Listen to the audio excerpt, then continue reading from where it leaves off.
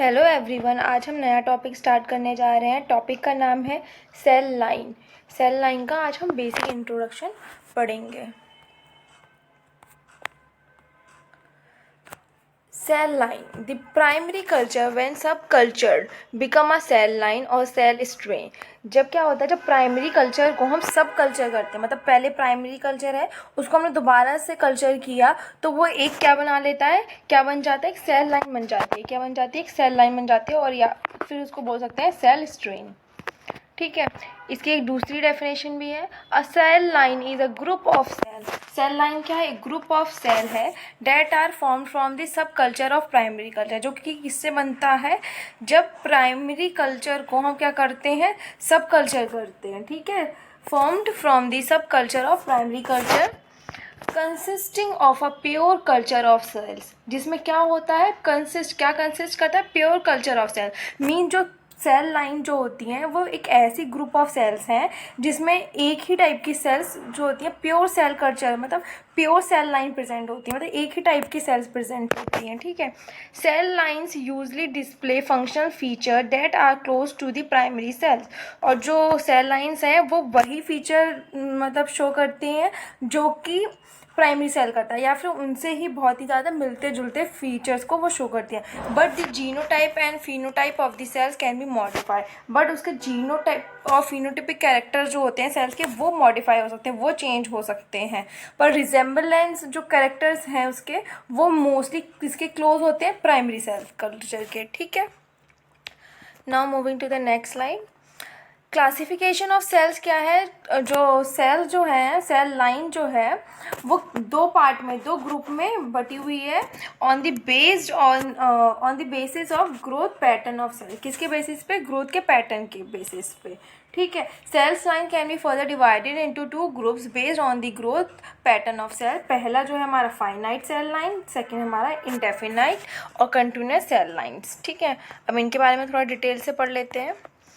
Finite cell lines. Finite cell lines are cell lines where the cell in the culture divide for a limited number of times, after which they eventually die.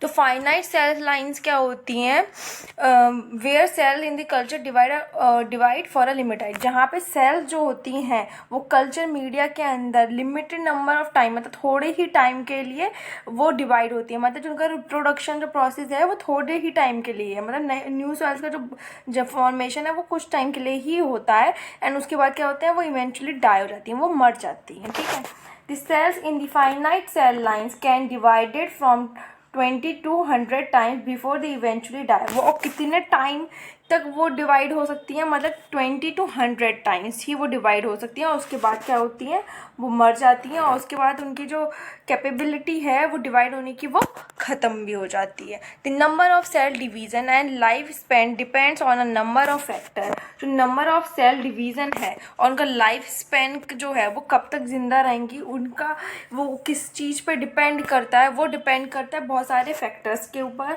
Lineage differences के base पे, species culture की condition क्या है, media क्या है, मतलब बहुत सारे फैक्टर हैं कि स्पीसीज़ कौन से, डिफरेंट स्पीसीज होती हैं, डिफरेंट टाइम्स ऑफ इंटरवल पे डिवाइड होती रहती हैं। कल्चर कंडीशन क्या है, कौन सा कल्चर यूज़ हुआ है, मतलब कल्चर में ऑक्सीजन की सप्लीमेंट अच्छी है, कार्बन डाइऑक्साइड की अच्छी है, और आयन सारे दिए गए हैं उसको। ठीक है, न्यूट्रिशन रिक्वायरमेंट अच्छे से दी गई है कि नहीं दी गई है, उस पर भी बेस करता है। मीडिया कौन सा यूज़ किया है हमने, सीरम फ्री मीडिया किया है कि प्रोटीन फ्री मीडिया यूज़ किया है, सीरम कंटेनिंग मीडिया क्या है, इन सब पे भी ये क्या करता है, डिपेंड करती है हमारी। ठीक है, the cells of the finite cell lines grow as adherent cell on solid surface. अब जो finite जो cell line जो है वो हमारे adherent cell की तरह grow करती है। adherent cells क्या होती हैं, वो cell जो किसी भी surface dependent होती है, मतलब कोई भी surface पर ही वो क्या हो जाती है, attach हो जाती है, और उसी जितना surface है वो सिर्फ उसी में ही grow करेंगी। ठीक है, मतलब surface dependent है, तो वो हमारी कैसी होती है, adherent cells है। तो जो cells होती है, फाइनाइट सेल लाइंस ग्रो होती है, वो किसकी तरह ग्रो होती हैं, एडहेरेंट सेल की तरह ग्रो होती हैं। सेल्स आर स्लो ग्रोइंग, जो सेल्स कहती हैं स्लो ग्रोइंग होती हैं, मतलब धीरे धीरे ग्रो करती है, और उनको जो टाइम लगता है ग्रो करने के लिए वो 24 आवर्स to 96 आवर्स का लगता है। ठीक है, अब हम बात करते हैं दूसरा इंडेफिनाइट और कंटिन्यूस सेल लाइन। इसको हम दो इंडेफिनाइट भी बोलते हैं और कंटिन्यूस सेल लाइन्स भी बोलते हैं। तो अगर आपको कहीं पे ये दोनों अलग अलग जगह पे कहीं दिख जाएं तो आप कंफ्यूज मत होना, ये दोनों एक ही चीज़ है, ठीक है। Continuous cell lines are cell that exhibit indefinite growth via subsequent sub culture. अब ये क्या होता है, फाइनाइट में वो लिमिटेड टाइम तक की ग्रो कर रही थी, कंटिन्यूस में क्या है, इनके पास इंडेफिनाइट ग्रोथ है, मतलब ये कितनी भी ग्रो कर सकती हैं, ठीक है। और सब कल्चर करते करते मतलब जितनी बार हम इनको सब कल्चर करेंगे उतनी बार ये दोबारा से ग्रो हो जाएंगी। The cells in the continuous cell lines can be transform by genetic alteration and are also tumorigenic. मतलब ये जो सेल लाइन्स हैं वो जो कंटिन्यूस सेल लाइन्स जो हैं वो कैसे ट्रांसफॉर्म्ड होती हैं, बाय जेनेटिक अल्ट्रेशन। मतलब अब ऐसा तो कोई ज़रूरी नहीं है, ऐसी कोई भी सेल नहीं होती है कि जो हमेशा क्या होती है, ग्रो ही होती रहे। अब उसको ट्रांसफॉर्म तो किया जाएगा, कोई सेल में अगर हम कोई अल्ट्रेशन कर रहे हैं तभी तो वो ऐसी सेल बन पाएगी। तो इसी वजह से जो ये ट्रांसफॉर्म सेल है, ट्रांसफॉर्म इसे बोल रहे हैं क्योंकि वो चेंज करके बनाई गई है। मतलब जो नॉर्मल सेल्स को क्या किया है, हमने ट्रांसफॉर्म किया है, ठीक है। अब कैसे ट्रांसफॉर्म किया है, जेनेटिक अल्ट्रेशन की वजह से किया है, या फिर वो ट्यूमरजेनिक होगी। ट्यूमरजेनिक मतलब ट्यूमर हमें पता है कि वो हमेशा ग्रोइंग सेल्स होती हैं, ठीक है, वो हमेशा जनरेट होती रहती हैं। तो या तो वो ट्यूमरजेनिक सेल होगी या फिर इसकी जेनेटिक अल्ट्रेशन किया गया होगा नॉर्मल सेल्स में और उसको ट्रांसफॉर्म सेल बनाया गया होगा। The cells are capable of growing to prepare high cell density. ये बहुत ही ज़्यादा इनके पास कैपेबिलिटी होती है कि वो ग्रो कर सकते हैं, हाई सेल डेंसिटी को ज़्यादा से ज़्यादा सेल बना सकते हैं, and grow as a suspension on a liquid media. और ये कैसी होती है, सस्पेंशन सेल्स होती है, मतलब grow as a suspension on liquid media, liquid media में सस्पेंशन की तरह ये ग्रो होती है। मतलब इनको ग्रो होने के लिए कोई भी सरफेस की ज़रूरत नहीं है, मतलब ये नॉन सरफेस पे डिपेंड नहीं है, ये सरफेस पे डिपेंड नहीं है, ये सरफेस इंडिपेंडेंट सेल्स हैं, ठीक है। तो ये जब सस्पेंशन में ग्रो हो रही है, इट्स मीन अगर हम जितना भी सस्पेंशन सब कल्चर करते रहेंगे न्यूट्रिएंट मीडिया प्रोवाइड करते रहेंगे तो ये कंटिन्यू क्या होती रहेंगी, ग्रो होती ही रहेंगी, इनका साइकिल जो है वो चलता ही रहेगा। इसीलिए हम इसको कंटिन्यूस सेल लाइन या फिर इंडेफिनाइट सेल लाइन्स भी बोलते हैं, ठीक है। The cells can even grow on top of each other to form multi-layered structure on the culture vessel. अब क्या है, जो सेल जो हैं वो एक दूसरे के ऊपर भी ग्रो हो सकती है। मतलब एक जैसे मान लीजिए कोई भी ये हमारा कोई कंटेनर है, ठीक है। अब इसमें कल्चर मीडिया प्रेजेंट है, ठीक है, हमारी सेल यहाँ ग्रो करी। अब इसके पास तो मतलब जगह नहीं बची ना, तो ये क्या करेंगे, दूसरी लेयर ये क्या करेंगे, यहाँ पे मान लीजिए ये लेयर है, यहाँ पे सेल सारी हमारी ये है, यहाँ पे सब ग्रो कर रही हैं, ठीक है।